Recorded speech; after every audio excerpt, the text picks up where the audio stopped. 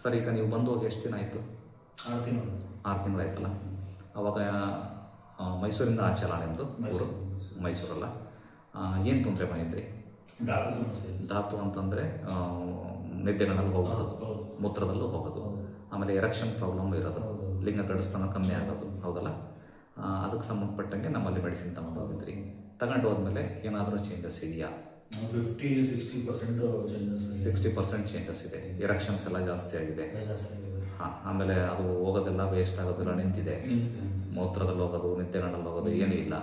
ಆಮೇಲೆ body energetic feel ಆಗ್ತಿದೆಯಾ? ಹೌದು, energetic. ಆಮೇಲೆ ಈಗೆಲ್ಲ ಏನೋ ವೆಯ್ಟ್ ಜಾಸ್ತಿ ಇತ್ತು ಅಂತ ಕೆಲಸಗಳೆಲ್ಲ ಮಾಡೋದು. ಮುಂಚೆ ವೆಯ್ಟ್ ಎತ್ತಕ್ಕೆ ಆಗ್ತಾ ಇರಲಿಲ್ಲ. ಸುಸ್ತು, ಆಮೇಲೆ ತಲೆನೋವು, ಏನೇನೋ ಯೋಚನೆಗಳು, ಕಿರಿಕಿರಿ, ಮಾನಸಿಕ ಕಿರಿಕಿರಿ ಜಾಸ್ತಿ. ಒಟ್ಟಾರೆ ಏನಕ್ಕೂ ಆಕ್ಟಿವ್ನೆಸ್ ಇರ್ತಾ ಇರಲಿಲ್ಲ.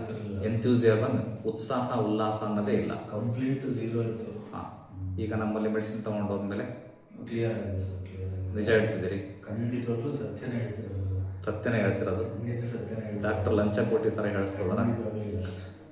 ಹಂಗಾರೆ ಈ ಥರ ಸಮಸ್ಯೆ ಇದ್ದಂಥವ್ರು ಆಯುರ್ವೇದದಲ್ಲಿ ಟ್ರೈ ಮಾಡ್ಬೋದು.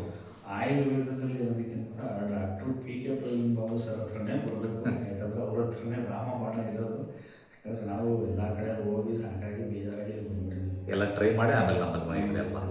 ಆಗಲಿ ಸರ್, ನೋಡೋಣ. ಈಗ ನಮ್ಮ ಮೆಡಿಸಿನ್ಸ್ ಏನಾರ ಸೈಡ್ ಎಫೆಕ್ಟು? ಏನು ತೊಂದರೆ ಸರ್?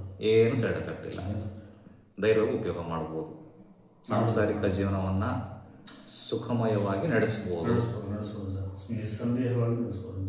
ಸತ್ಯ ಇದು, ಖಂಡಿತ ಸತ್ಯ sir. Okay, thank you very much sir. ಒಳ್ಳೆಯದಾಗಲಿ. ಈಗ ನಾನು ಡಾಕ್ಟ್ರಾಗಿ 25 ವರ್ಷ.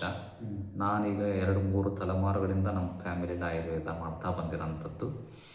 ನಮ್ಮ ತಂದೆಯವರು ಮಾಡಿಕೊಟ್ಟಿರೋ ಫಾರ್ಮುಲಾ, ನಾನು ಮಾಡ್ಕೊಂಡಿರೋಂಥ ಫಾರ್ಮುಲಾಗಳನ್ನೆಲ್ಲ ಬಳಕೆ ಮಾಡಿ ನಿಮಗೆ ಕೊಡೋ ಅಂಥದ್ದು. ಆಮೇಲೆ ನಮ್ಮ ಮೆಡಿಸಿನ್ ಎಷ್ಟು ಸಿಂಪಲ್ ಆಗಿರ್ತದೆ.